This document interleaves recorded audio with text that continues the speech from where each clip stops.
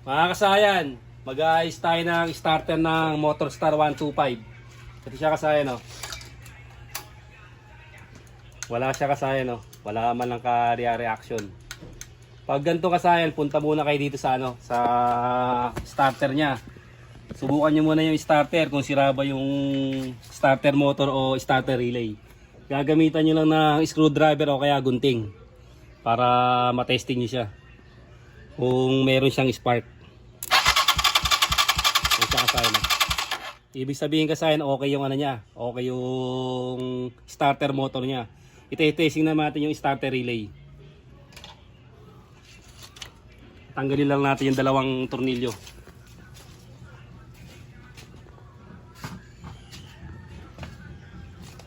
Ito yung starter motor niya.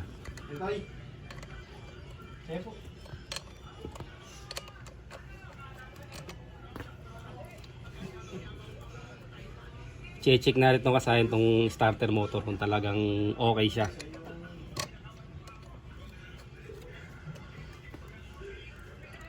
Kasi pag pinindot natin yung starter button niya, walang reaction. Kahit mag-click yung relay, hindi nagki-click yung relay. Dalawang tornilyo lang to.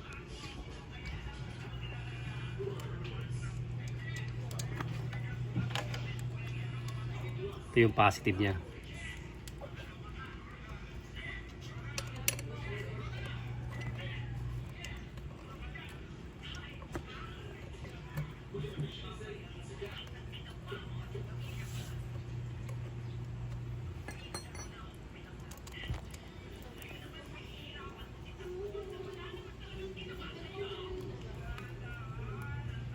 Ito isa lang ilalagay natin, Isa lang yung nakakabit sa kanya. Pwedeng sa accessory o pwede sa pula.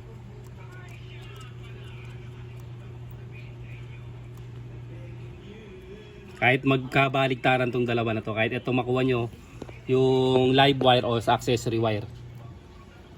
Tapos ito, irerekta natin siya dito. Hanap lang tayo nitong socket na to para ma-try natin kung magki-click yung ating eto kahit magbaligtaran to yung positive negative niya. Kaya no.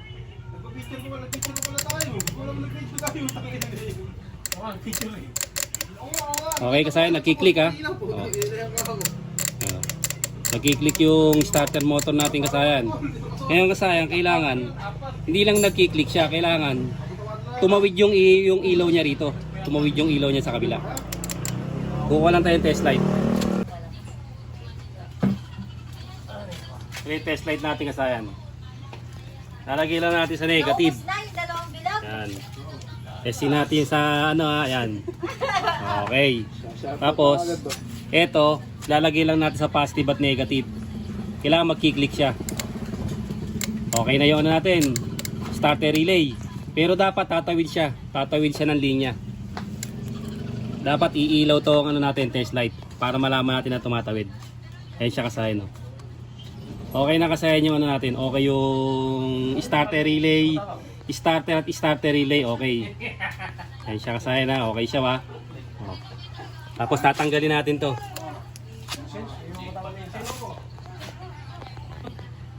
Lalagay natin to dito. Alisin natin yung dalawa.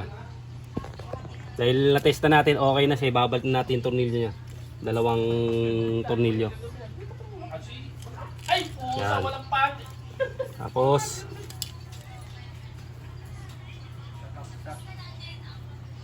testing natin positive negative.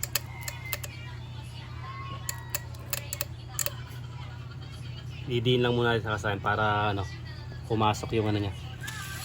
Natin tornilyo.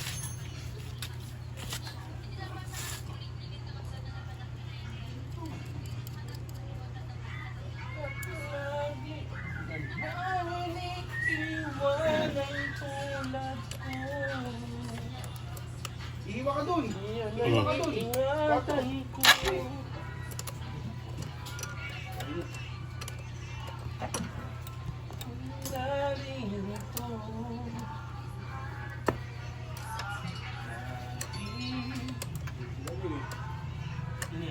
Isa sa akin. Inom kayo? Yan. Hindi ka ako mag-inom. Natamay ko lang ako. Ano siya? Nakasaya na.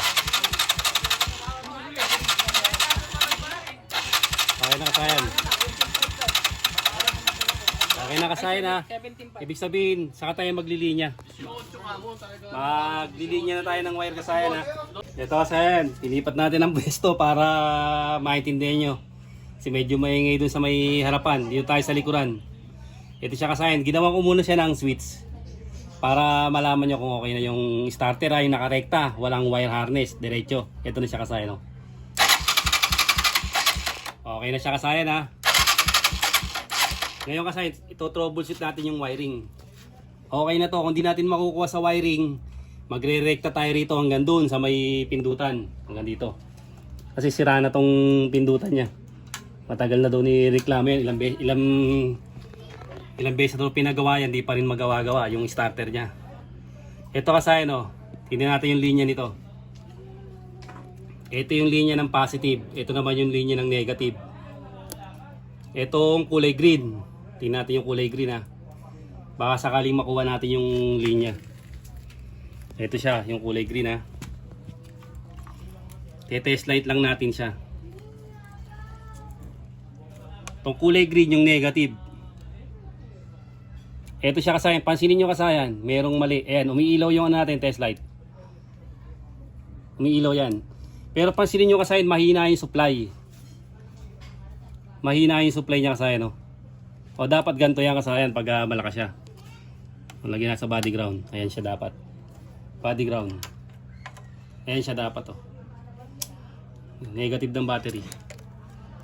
Ibig sabihin kasayan, mahina yung supply ng negative. Ayan, oh. Yung supply ng negative niya kasayan, tingnan nyo, ha.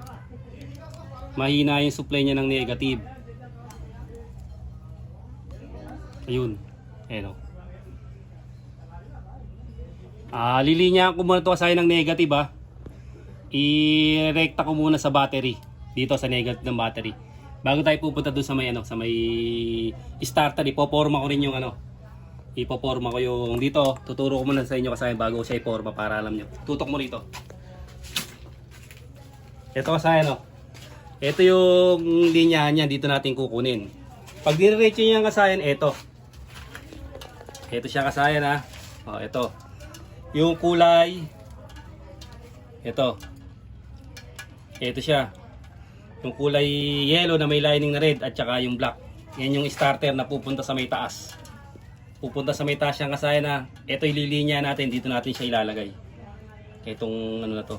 Okay. Ipoporma ko muna kasayan at babalikan namin kayo. Ito na siya kasayan oh. Natanggal na natin yung ano, yung wire niya. Hindi ito siya kasaya na kasi ito lahat to nilipat na natin sa ano, left switch ng XRM110. Yung nakaraang video natin. Ayun, ang kukunin lang natin dito, ito. Kukuhanin lang natin yung black. Yan. Marami na rin gumawa dito. Tingnan niyo, iba't iba na rin yung ano niyo, yung wire niya. Kukunin lang natin yung black saka itong kulay red. Yung yellow na may lining na red. Kunin lang natin yun.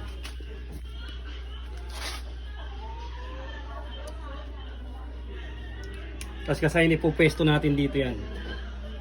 Dito natin sa ipupesto. Yun ang magpapalit na lang tayo ng panibagong switch ng pindutan natin. Yung motor niya. Lalagyan natin siya ng switch. Tapos ipupesto na lang natin.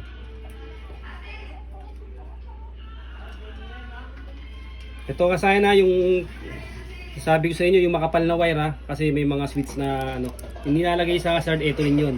Hindi nyo nagagamitin yung ano, yung gitna. Dalawang gilid lang. Yung pang hazards na makapal yung wire, parehas lang sila oh.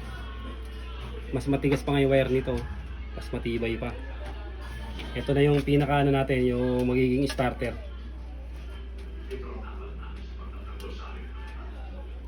Para kayo na lang ang mag-DIY ng mga starter motor nyo kung may problema. Basta pag hindi umandar, tsaka pa lang kayo magkano, carbon, starter relay, yun. Kailangan i-troubleshoot nyo lang para hindi kayo magastusan. Tulad dito, wiring lang pala, tsaka isang ano, isang switch. Pwede yung horn switch dito ah. Pwede yung gamitin yung horn switch. Siya kasayan ah. Tetape na lang namin ito mamaya. Bali, ang magiging pwesto niyang kasayan, dito siya. Gagawa natin ng pwesto. I-cable tie natin siya dito. Ipipix natin yan dyan. Tapos pakita mo yung dito kasayan. Ito kasayan yung sinabi ko sa inyo na ano, kulang sa ground. Yan yung sa ground niya kasayan ha, kulang sa ground siya ha. Yung negative, lagay nyo rito sa negative ng battery. O kaya ililipat natin to sa body ground sa loob. Para hindi nakakalat yung wire niya. Lilipat na lang natin mamaya para mas maganda tignan. Ito, papasok natin sa body ground sa loob. Ito na naging problema niya kasayan na ito. Tsaka yung pindutan, nasira na talaga yung pindutan na to. Etong negative niya kulang ng ground. Ito na siya ngayon kasayan. Ganito na yung forma niyan. Iwa-wiring na lang namin yan para mabilis tayo. Pag binuksan nyo kasayan, ito dito na kayo magpipindot. Ayun siya kasayan. Okay na yung starter natin kasayan. Mababa lang ang minor niya. Kailangan lang siya ng ano. Kailangan lang ng revolution. Ayan, dyan natin ito. I-revolution mo. Ayan. Okay, isa pa. Revolution mo.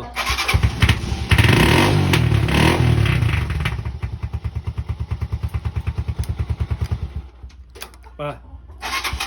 Okay na, huwag mo na revolution. Sige. Ayan siya kasayan, okay na kasayan. Ganun lang mag-troubleshoot ng ano kasayan, ng starter motor. Kahit anong motor yan kasayan, ganun nyo lang siya ito troubleshoot. Pag wala sa relay, starter motor, sa wiring lang siya. Hanggang dito lang mga kasayan. Salamat sa panunod.